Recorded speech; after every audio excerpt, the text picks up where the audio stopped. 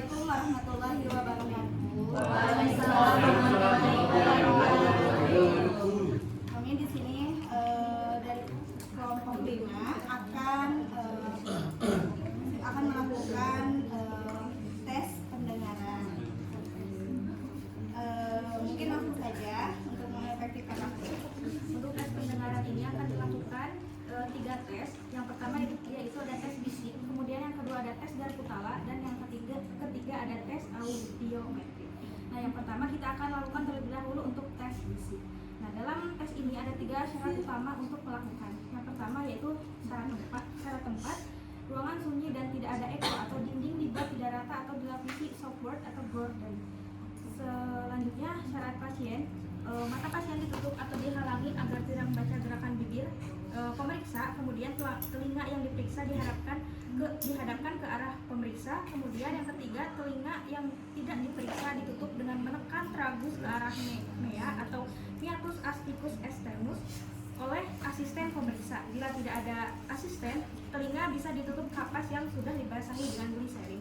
Selanjutnya mengulangi dengan keras dan jelas kata-kata yang dibisikkan.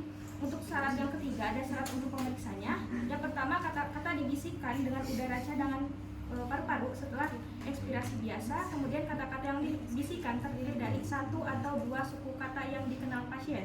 Biasanya kata-kata benda yang ada di sekeliling kita.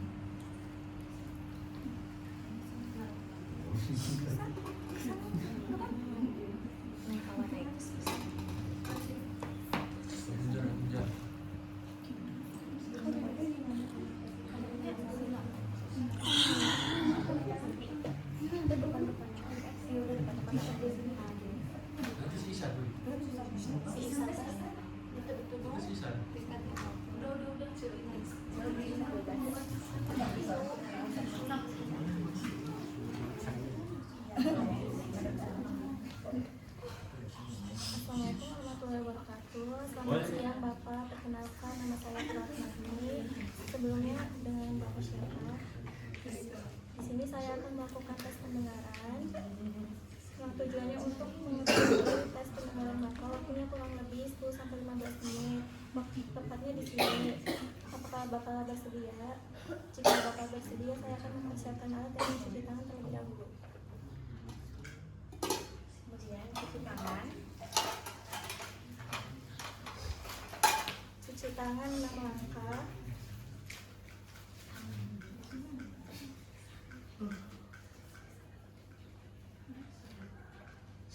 Selanjutnya memakai handscoon.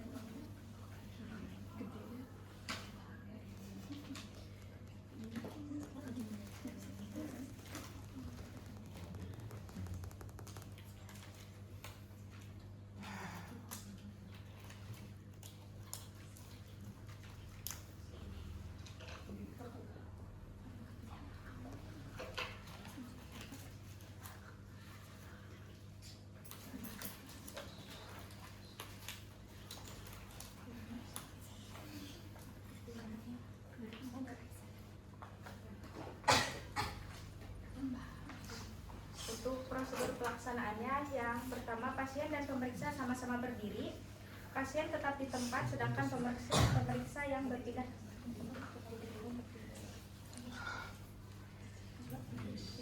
Kemudian mulai jarak 1 meter dibisikkan atau 10 kata, umumnya 5 kata. Bila semua dapat didengar, pemeriksa mundur lagi sampai pada jarak 2 meter.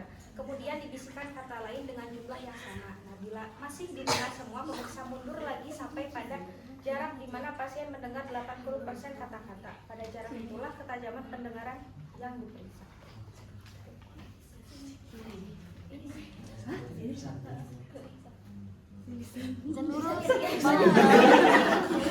Semangat Isan.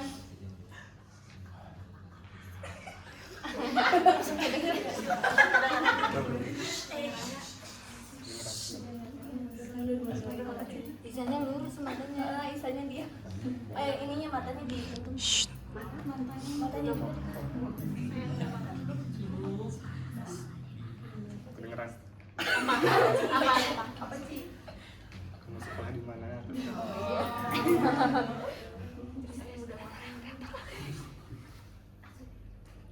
Mulai dari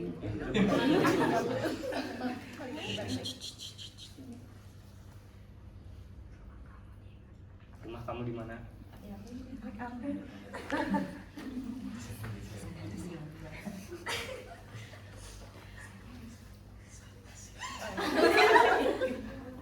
Apa sih? Dengerin.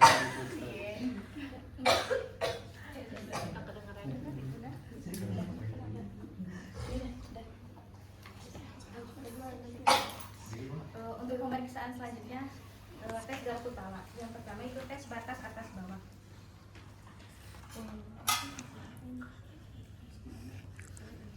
Untuk prosedur pelaksanaannya, semua garpu tala dapat dimulai dari frekuensi terendah berulang sampai frekuensi tertinggi atau sebaliknya, dibunyikan satu persatu dengan cara dipegang tangkainya.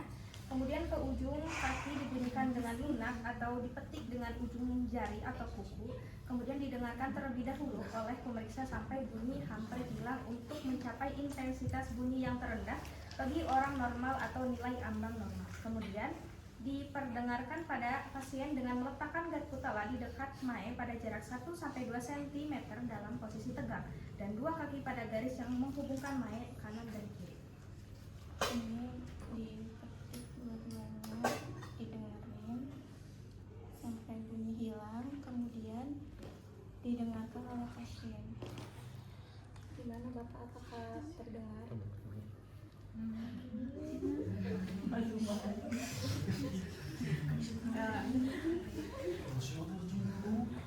Untuk interpretasi, apabila dikatakan normal, apabila pasien mendengar garpu tala pada semua frekuensi, untuk tuli konduksi batas bawah naik atau frekuensi rendah tidak terdengar, dan dikatakan tuli sensori neural batas atas turun atau frekuensi tinggi tidak terdengar.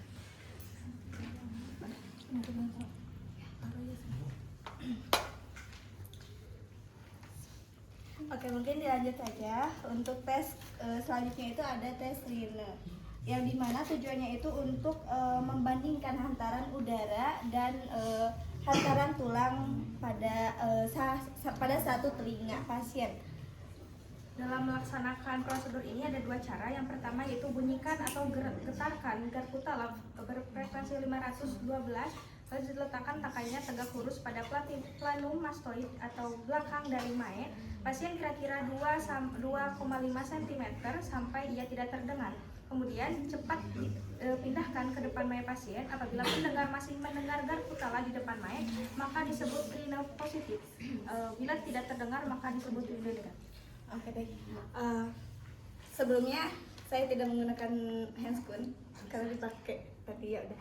Nah, Bapak, nanti saat saya meletakkan garpu tala ini ke dekat telinga Bapak.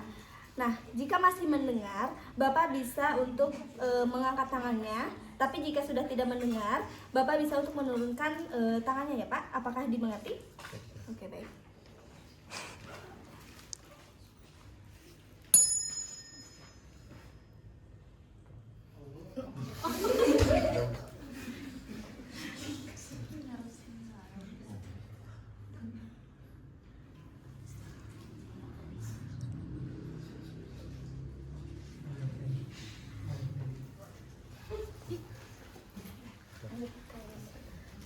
Untuk cara yang kedua yaitu bunyikan atau getarkan garpu tala berfrekuensi 512 Hz, kemudian dipencangkan pada planum mastoid kira-kira 2,5 cm.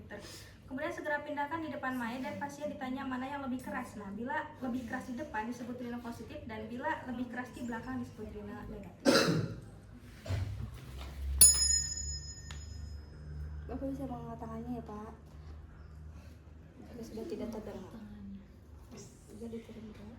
Lebih keras di depan. Oke.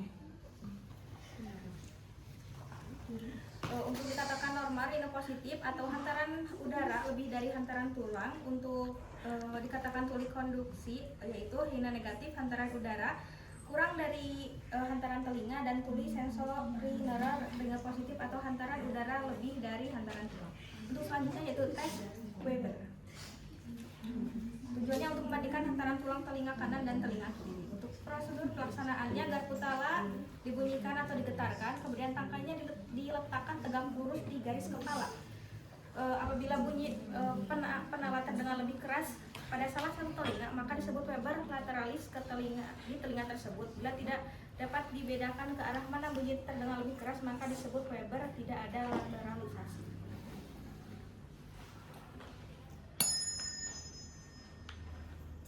Bapak, apakah masih terdengar? Di kerasnya Sebelah sini. Oke. Masih terdengar? terdengar sedikit. Tes tersebut bisa dilakukan di vertep, dahi, pangkal hidung, di tengah-tengah gigi seri atau di dagu. Untuk apabila ditekan normal, tidak ada laterisasi. Untuk tuli konduksi mendengar lebih keras di telinga yang sakit, kemudian untuk tuli sensorineural mendengar lebih keras pada telinga yang sakit. Untuk tes wabah, tujuannya untuk membandingkan hantaran tulang antara pemeriksa dengan pasien. Untuk prosedur pelaksanaannya, garpu tala berfrekuensi 1512 Hz dibunyikan atau digetarkan, kemudian tangkainya diletakkan tegak lurus pada mastoid pemeriksa. Bila pemeriksa sudah tidak mendengar secepatnya, garpu tala dipindahkan ke mastoid pasien. Bila pasien masih dengar, maka swabah memanjang, tapi bila pasien tidak mendengar, terdapat dua kemungkinan, yaitu swabah pendek atau normal.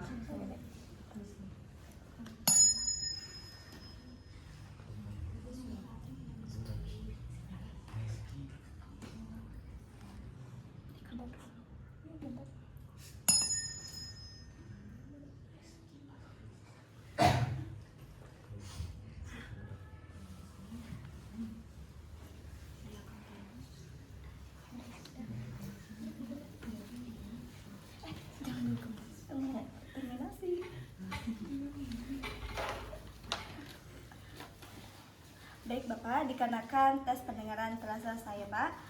Sebelumnya bagaimana perasaan Bapak setelah saya melakukan pemeriksaan? Baik. Sebelumnya apakah ada yang mau Bapak tanyakan? Baik, jika tidak ada, mungkin pertemuan kita dicukupkan. Dan jika Bapak membutuhkan bantuan saya, Bapak bisa untuk memanggil saya kembali ya Pak. Baik, terima kasih sebelumnya. Assalamualaikum. Lalu lakukan dokumentasi. Setelah itu mungkin dicukupkan sekian dari kelompok kami. Kurang lebihnya mohon maaf. Wassalamualaikum warahmatullahi wabarakatuh.